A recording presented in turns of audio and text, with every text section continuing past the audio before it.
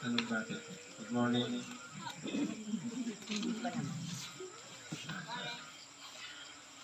Isang mapagpalang gabi sa bawat isa sa atin.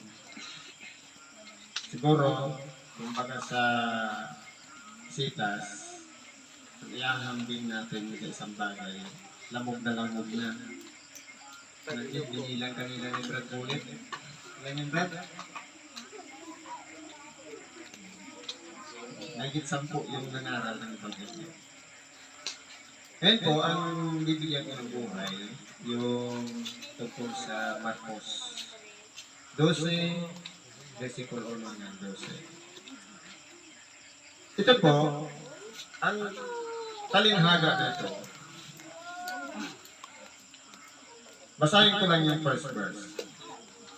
At nagpasimula, pinagsalitaan niya sila sa mga talinhaga. Nagtanim ang isang tao ng isang ubasan at binakuran ng mga buhay na puro kahoy at humukay roon ng isang kisaan ng ubas at nagtayo ng isang bantayan at ipinagkatiwala iyon sa mga magsasaka at napasa ibang lupain. At sa kapanahon ay nagsugo siya ng isang alipin sa mga magsasaka upang tanggapin niya sa mga magsasaka ang mga bunga ng ubasan. Ngayon po, kung aralin natin, ito po yung pundasyon kung paano itinatag ang sanlibutan. Ngayon, dahil po ang Diyos nais niya paramihin ang tao, magmula sa unang tao, si Adan at Eva, ang sabi sa kanila, kayo'y magpalaanakin. Ibig sabihin, paramihin ang lahi. Pero noon, may tagubilin na kay Adam, walang iba ang salita ng Diyos. Nabuhay po si Adam sa salita ng Diyos. Nakuha naman ni Seth at ganoon din ng mga salinlahi hanggang sa lumabas. O kumbaga, napagtibay na, kapanahunan na, para yung may-ari ay tumanggap ng isang bagay kung ano yung pakikinabangin niya doon sa kanyang ginawang ubasan. O kaya, kung ano ang mapapakinabangan niya, o makukuha niya doon sa mga pinagkalooban niyang mga magsasaka. Kung sila ba'y ginamit nila sa kabutihan ang ipinagkatiwala sa kanila. Ngayon po, nagsugo ang Diyos ng mga alipin. Napakarami. Sa makatuwid, kung bibilangin mo, mula ng panahon ni Moises, ni Josue, ni Naaman, ni Samuel, napakaraming propeta sa makatuwid bagay yung tinatawag na alipin upang ang tao ay makilala ang Diyos at magbalik loob sa Diyos. Pero ano po ang ginawa nila? Sa halip na pakinggan nila ang aral na ipinahayag ng mga propeta, kanila pong itinakwil. Ang iba sa kanila ay pinagpapatay. Kaya po, dumating ang panahon na kumbaga, inubos na ng Panginoong Diyos na Ama natin ang lahat ng mga propeta sinugo hanggang kay Juan Bautista. Pero ano pang nangyari kahit si Juan Bautista? Nalalakad sa unahan ng mukha ng ating dakilang Panginoon dahil lamang sa isang katuwaan sa kaarawan ni Herodias, ipinapugutan ng ulo si Juan Bautista. Ngayon, ano pa ang gagawin ng may-ari ng ubasan? Dahil ang nalapit ng mga magsasaka, nasa halip sana, na kumbaga matuwa ang may-ari. Kumbaga makita niya na may bunga yung pagpapadala na niya ng mga alipin, pero kanilang ipinapapatay hanggang sa dumating ang panahon. Siguro naisip niya, susuguin ko ang aking anak. Marahil siya'y kanilang igagalang. Pero ano pong ginawa sa kanyang bugtong na anak? Hindi po siya kinilala ng mga tao doon sa Israel. Sapagkat napakarami noon, mga matatalino, matataas ang kalagayan, may mga posisyon, mga eskribas na nagsipag-aral, parisiyo. Hindi po nila kinilala ang aking dakilang Panginoon. Kaya ano po nangyari? Sa pamagitan po noon, ang ating dakilang Panginoon ay pinaratangan nilang may demonyo. Pero kung susuriin natin, yung mga mahalagang tao, kahit sa panahon ngayon, hindi natin kilala si Kristo. Dahil sa panahon ngayon, punong-puno na tayo ng mga bagay na likha dito sa ibabaw ng sanlibutan. Na dapat sana, halimbawa ngayon, oras ng pagsimba o pagsamba, nasaan ang tao? Bilangan mo ang tao sa loob ng simbahan, kung gaano karami, at bilangan mo ang tao sa loob ng sabungan, kung gaano. Alin ba doon ang nakahihigit? Iparehas naman yung may Kristo. Hindi ba? Padi-padi-pali pa yung isa. Pero, mas pinahalagahan nila yung Kristo ng sanlibutan ito. Pero yung sinugo ng ating Amang nasa langit, sa makatuwid bagay ang bugtong na anak ng Diyos, ang ating dakilang Panginoong Hesus Kristo, mabuti pa yung mga tao na inaalihan ng mga masasamang espiritu, kilalang kilala ang ating dakilang Panginoon. Pero yung mga eskribas at mga parisiyo, anong ginawa nila? Humahanap sila ng paraan kung paano nila masisilo ang ating dakilang Panginoon sa pamamagitan ng pagsasalita. Kaya, kung magawain sila, pero hindi po sila makalusot sa ating dakilang Panginoon. Sapagkat, ang kapanahunan po ng kamatayan ng ating dakilang Panginoon ay nakaprograma po yan. Kinakailangan ang lahat ng mga nakahula na inihula ng mga propeta, dapat muna lahat ng yan ay mangyari bago siya ibitin sa isang punong kahoy. Para matupad lahat ng nasusulat, upang sa ganon, kung sino man ang propeta na nagsulat ng mga hula patungkol sa ating dakilang Panginoon, ay makilala na yun ay totoo, na ang propetang yun ay galing sa Diyos. Kaya kung aralin natin, tayong mga tao, pagka minsan nagdududa sa ating kapwa kung ano ang ginagawa, kung ito pa ba'y sa Diyos, pero mabuti pa yung mga tao na inaalihan ng Espiritu sa isang taong pinagkatiwalaan ng Diyos, takot sila. Pero tayo minsan nawawala ang Espiritu natin sa ating kapwa. Dapat po pahalagahan natin ang ating mga kapwa. Sabi nga, ibigin mo ang iyong kapwa katulad ng iyong sarili. Ngayon, kung wala kang respeto sa kapwa, malamang wala kang respeto sa iyong sarili. Sapagkat, paano mo siya itutulad sa iyong sarili, ang pag-ibig sa kapwa, ano ang pagbabatay ng pagtutulad? Kaya po ang ating dakilang Panginoon, dinuwahagi, niyurakan ang kanyang pagkatao. Hindi kinilala na siya na ang Mesiyas. Pinaratangan pang may demonyo. At ginawa ng sari-saring pamamaraan upang masilo. Pero ang ating dakilang Panginoon, naging matatag hanggang sa dumating ang kanyang kapanahunan na nakatakda ng ialay ang kanyang buhay. Natatalo siya ng ating dakilang Panginoon. Kumbaga sa pelikula, nakaprograma na. Isinulat ng mga propeta ang script. Gagawin na lang ng ating dakilang Panginoon actual. Na tunay talagang lalabas ang dugo sa kanyang katawan. Anong ginawa?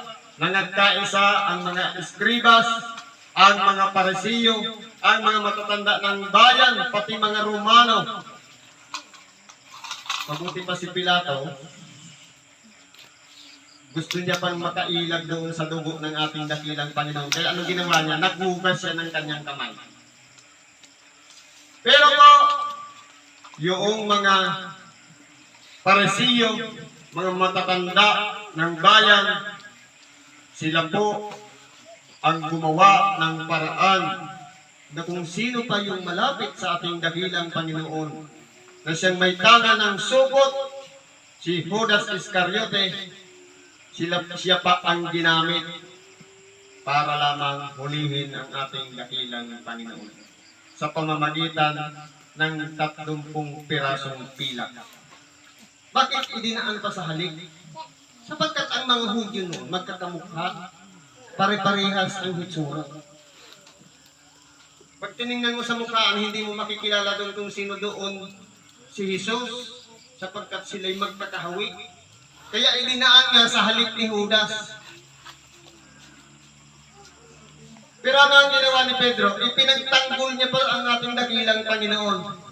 Hinugot niya ang kanyang tabak at tinaga ang isang kawal, si Malco. Pero dahil po doon, sabi ng ating dakilang Panginoon, Pedro, isalong mo ang iyong tabak. Ibig sabihin, nakatakda na talaga. Nararamdaman na ng ating dakilang Panginoon. Nung siya'y manalangin, sabi niya, Panginoon, o Diyos, kung maaari sana'y lumagpas sa akin ang sarong ito. Kung kalooban ng ating dakilang Panginoon, kaya niyang gawin na hindi mangyari ang pag-aalay niya ng kanyang sarili. Pero dahil nga hindi dapat siyang masunod, kundi yung nagsuko sa kanya ang dapat na masunod. Kaya po, naging handa siya. Ipinagkalog niya ang kanyang sarili.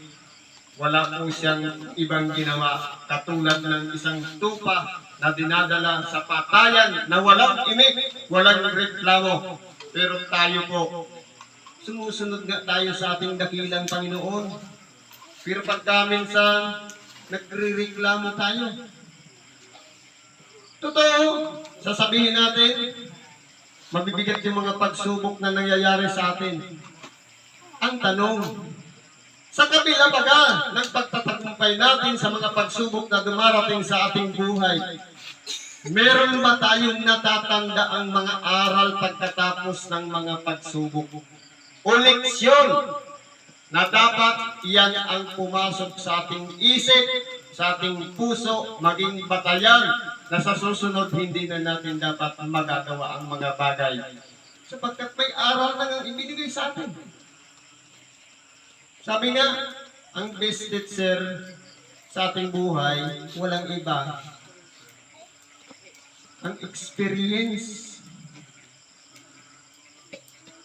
Halimbawa, sinabihan ka na, ang baga mainit. Ayaw mo maniwala. Gusto mo na-experience, hinawakan mo. Nung napasok ka, ay totoo nga pala, mainit.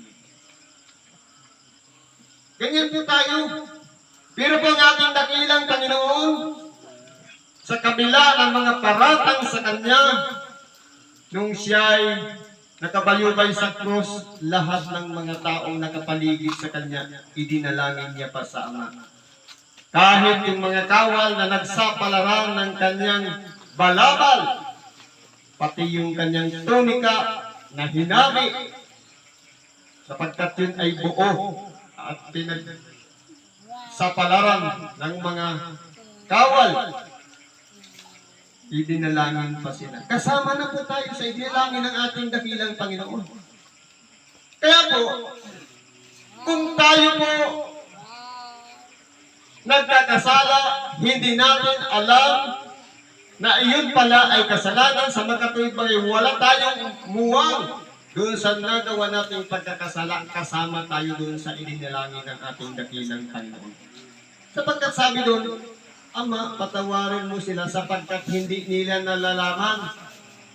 Pero tayong pinagpaliwanagan na alam na natin na may obligasyon tayo bawat Sabado o Linggo. Meron na po tayong pagkakasala sapagkat paglabag na po ang tawag doon. Kaya po, sa buhay po ng ating dakilang Panginoon, bagamat siya na lang ang nag-iisang sinisintang anak, naging handa ang kanyang ama na ibigay ang kanyang anak, ni kahit ang kanyang anak ay naging handa din ibigay ang kanyang sarili. Kaya po, sana pumasok sa ating puso, sa ating pag-iisip, na kung yung ama nga ipinagkaloob ang kanyang anak at yung anak ipinagkaloob niya ang kanyang sarili, ano kaya ang magiging bunga nito sa buhay natin? Tayo po kaya rin natin ibigay ang ating sarili para gamitin ng Diyos. Sakyan tayo katulad ng batang asno dito sa misyon na ito para gamitin tayo sa paggawa ng kabutihan para ipangaral ang mabuting balita at gamitin natin kahit isang linggo man lamang sa pagpapakabuti, sa pagsunod sa kalooban ng Diyos. Minsan simple lang, matagat lang langgam, nagre-reklamo na, buti pang hindi natin sumama sa misyon. Kaya nga itong tinatawag na sakripisyo. Yung cross na dala-dala natin, isinakripisyo natin ang ating kalagayan na dapat sanay sa oras nito, masarap ang ating pagkakatulog, meron ng ventilador, may aircon pa, nakapumpa, may unan pa, pero pagdating dito, sasabihin, ang mangmang mo naman, may bahay ka, bakit ka nandito natutulog sa lupa? Pero kung tayo po, ipinagkakatiwala natin ang ating sarili sa ginawa ng ating dakilang Panginoon. Kung baga yun na yung pinakahuli na sinuko niya ang ating dakilang Panginoon. Wala nang iba, wala nang extra na susunod pa sa ating dakilang Panginoon. Ibinuhos na lahat ng Ama ang mga sinugo niya, pero hindi po nirespeto ng mga tao. Tayo po kaya may pagpapahalaga sa katawan at dugo ni Kristo na ibinayubay sa krus, ibinilad sa tanghaling tapat, may mga latay pa, punong-puno ng sugat, pagduwahagi, panlalae, pag-alimura, suntok sipa, at sari-saring dinanas ng ating dakilang Panginoon. Yan ba ay maikikintal natin sa ating isip na napakahalaga ang ginawa ng ating dakilang Panginoon? Na pag-aalay ng kanyang buhay para sa nag-iisa nating kaluluwa. Wala na tayong ibang gagawin. Sampalatayanan lang natin yung ginawa ng ating dakilang Panginoon. Ibig sabihin, dahil lang sa habag ng Diyos, tayo'y nagkaroon ng pag-asa, upuan, doon sa tinatawag na buhay na walang hanggan. Hindi po sa haba ng serbisyo, o tagal na sa paglilingkod, na ako'y gangay 30 anyos na, 40 anyos na, o 50 anyos na naglilingkod, kundi sa minsan lamang pagtanggap natin sa ating sarili na tayo'y isang makasalanan at naging karapat-dapat tayo sa pagpapatawad ng Diyos, magpasalamat po tayo sapagkat tayo'y kinalugdan. Naway ang misyon na ito ay makuha natin mga aral o mensahe sa bawat gabi na nagtitiis tayo ng puyat, may kintalnawa natin sa ating mga pag-iisip at gamitin natin yun 100 para magawa natin yung kalooban ng Diyos. Kung dati tayo noon, maiksi lang ang ating pasensya, sana'y pag-uwi natin mahaba ng ating pasensya. Kung dati tayo noon, pikunin, dapat paglabas natin dito, mahaba na rin ang ating unawa o napakalawak na. At kung tayo man po, yung dati pang pagkatao, naway itong mission na ito ang maging daan na maging na tayong isang bagong nilalang, bagong mukhang lalabas dito sa mission na ito at makikisalamuha na naman tayo sa labas na hindi na tayo katulad ng dati na walang pagpipigil sa sarili. Kaya po, ang Diyos po, sa pamamagitan ng kanyang mga sinugo, lahat yun importante. Alin kaya doon sa atin ang pinaka-importante?